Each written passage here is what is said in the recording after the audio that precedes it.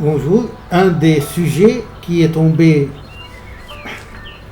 à l'épreuve du baccalauréat en philosophie, c'était le suivant: est-il possible d'échapper au temps? C'est un sujet tellement étroit, tellement grand, qu'on ne risque pas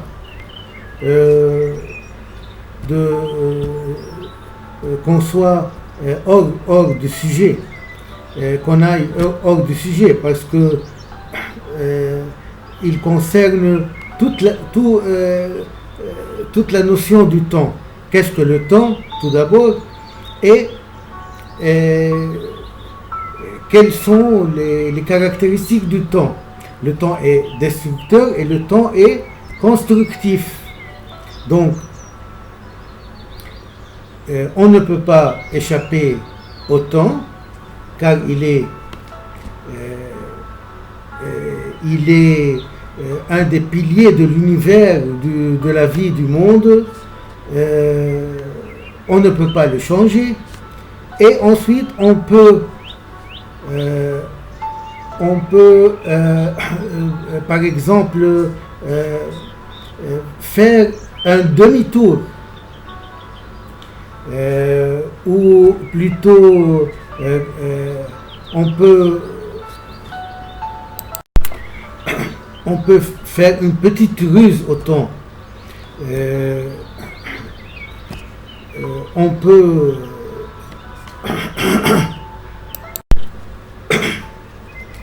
le tromper, on peut tromper le temps par plusieurs choses, comme se divertir, comme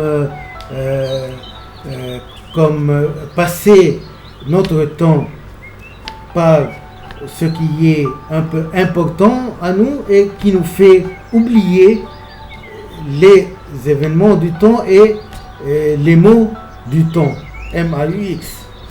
Donc, tout d'abord, en principe, qu'est-ce que le temps? Le temps, philosophiquement parlant, le temps englobe tout, et on ne peut pas faire des limites entre le présent, le passé et le futur, car toute seconde qui passe, elle est déjà passée. Toute seconde qui va venir, elle n'est pas encore venue, elle se nomme comme un futur. Et en fait, nous vivons dans un présent qui se prolonge. Pourtant, si on parle d'émotion, l'homme, ils sont des remords du passé, ils sont de l'espoir pour le futur, un malaise pour le présent. Et parfois, on a l'intention, on a la joie d'essayer de revivre, de se souvenir du passé, de rester un peu dans le passé pour revivre nos beaux souvenirs quand on vit un présent très triste.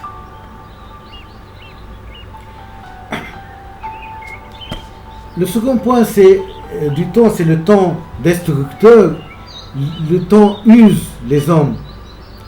Vous voyez l'âge use, il fait des rides, même l'action du temps sur les rochers, sur les forêts, sur la nature, elle est destructrice.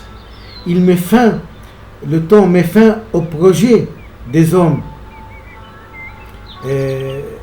et même aux constructions, aux bâtiments. On dit pourquoi ce bâtiment est effondré, c'est le temps.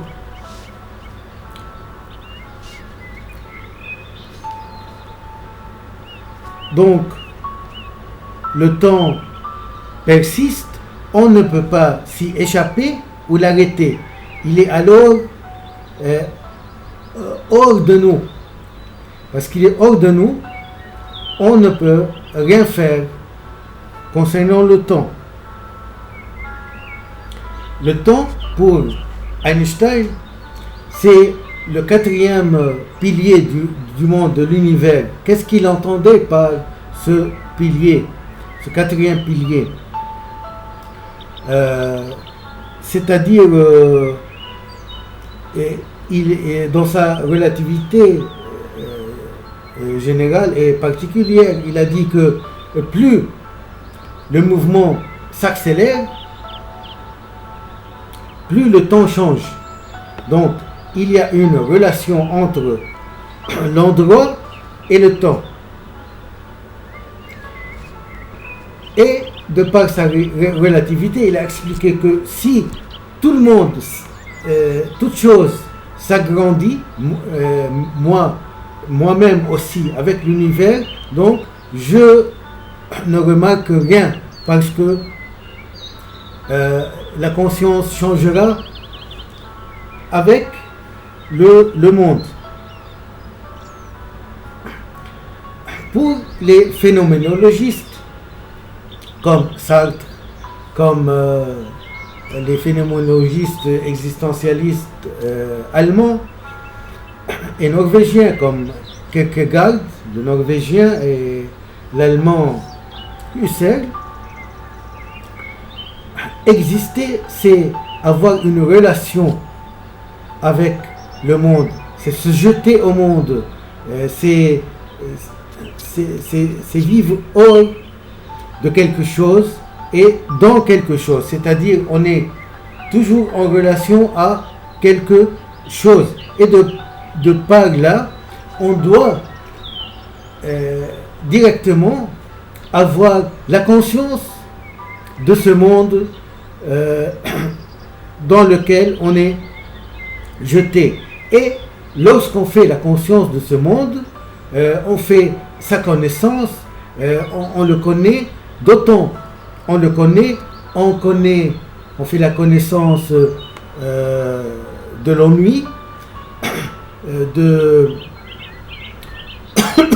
du mal, de l'univers, de l'angoisse dans l'univers et de l'angoisse du temps. Les hommes sont tristes parce qu'ils ont conscience du temps. L'animal vit sa journée et il mange, comme on dit.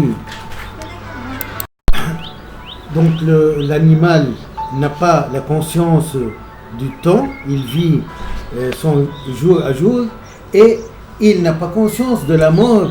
L'homme est le seul être qui connaît qu'il va mourir.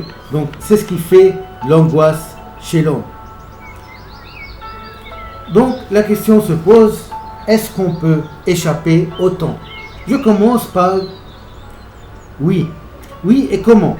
Oui, tout simplement par les œuvres d'art. Les œuvres d'art, Bergson a dit, le temps est création. Donc, quand je fais quelque chose de beau, je me sens le bonheur en moi. Donc, je vis hors du temps. Je ne me pose pas la question combien cette œuvre d'art a pris de mon temps, mais quelle est la valeur de cette œuvre? Je vis hors du temps. Et même l'œuvre d'art vit hors de temps. Elle subsiste, elle persiste au temps. Un arbre peut vivre 100 ans. Un œuvre d'art peut vivre aussi maintes années. Donc, les œuvres d'art persistent au temps, malgré que son auteur est mort. On peut échapper au temps en revivant notre passé, et en essayant de vivre notre présent amplement. C'est en quelque sorte essayer de vivre l'épicurisme, c'est-à-dire les plaisirs de la vie, les désirs de la vie, surtout les plaisirs qui résistent au temps, c'est-à-dire comme l'amitié, comme le vrai bonheur, notamment en écrivant, en faisant des poèmes, en faisant du temps vraiment quelque chose de créatif, et non pas en vivant notre jour avec monotonie. Plusieurs hommes, ils passent leur vie à amasser de l'argent, par exemple. Donc, ça, c'est pas du vrai bonheur. À la fin, rien n'en résulte. Et nous voyons que cette personne, elle va mourir, et on s'avère qu'elle n'a pas vraiment découvert la vraie vie.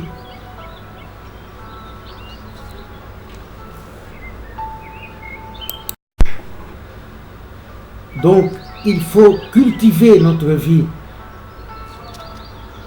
Il faut prendre toute chance, toute seconde, toute minute pour en tirer quelque chose de bon, de durable et d'heureux. Par la joie aussi, on peut appliquer la relativité d'Einstein. Einstein disait que si on est en présence d'une femme belle, donc on sent le temps très court, et si on s'ennuie, on sent le temps très long. Donc on peut agir sur le temps, maîtriser un peu le temps par cette un peu prise de conscience, et par ce détournement, comme on trompe le temps. Donc Pascal, lorsqu'il parlait de divertissement, il parlait un peu de tromperie. Il trompait le temps, il trompait ses peines par ce détournement. Donc, aussi en revivant le passé, on peut oublier notre présent aussi. En se concentrant sur le passé heureux, on peut avoir le bonheur, le vrai bonheur, et oublier notre présent très triste.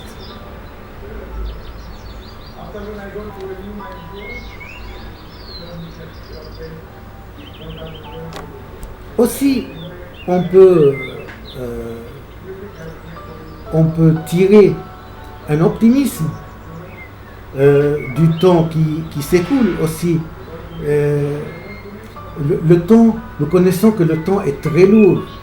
Donc, si on demande qu'on vit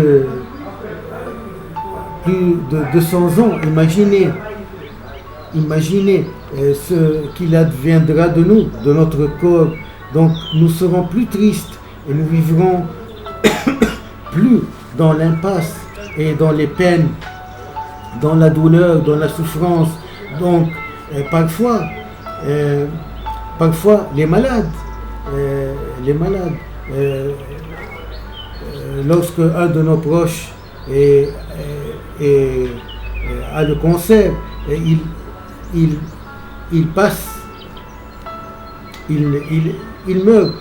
Parfois on dit donc que Dieu ait pitié de son âme, mais il a arrêté de souffrir. Peut-être il a trouvé le calme ainsi. Donc, la mort, c'est l'arrêt du temps, et c'est un sauveur pour nous aussi. Il faut aussi faire de l'optimisme, il faut être optimiste quant au écoulement du temps, parce que il ne faut pas toujours pleurer en voyant que le temps passe. Non, lorsque le temps passe, c'est que le temps évolue, c'est que nous aussi on évolue, c'est-à-dire on devient plus intelligent, peut-être on accomplit nos buts avec le temps et à cause du temps qui s'écoule aussi, et à cause du temps qui passe. Donc c'est un point aussi optimiste du temps. Si le temps s'arrête, on ne peut pas évoluer, on ne peut pas aller plus loin. Donc c'est ce qui concerne un peu le côté optimiste du temps, c'est-à-dire on peut échapper au temps par ce chemin suivi. Mais en général, on ne peut pas s'échapper au temps. Pourquoi? Parce que le temps est un monstre, le temps persiste, le temps aussi est destructeur, il a une volonté plus grande, plus forte que la nôtre. Le temps use les rochers, le temps met fin à une vie, à une vie de l'univers. Il met fin à des étoiles, à des planètes.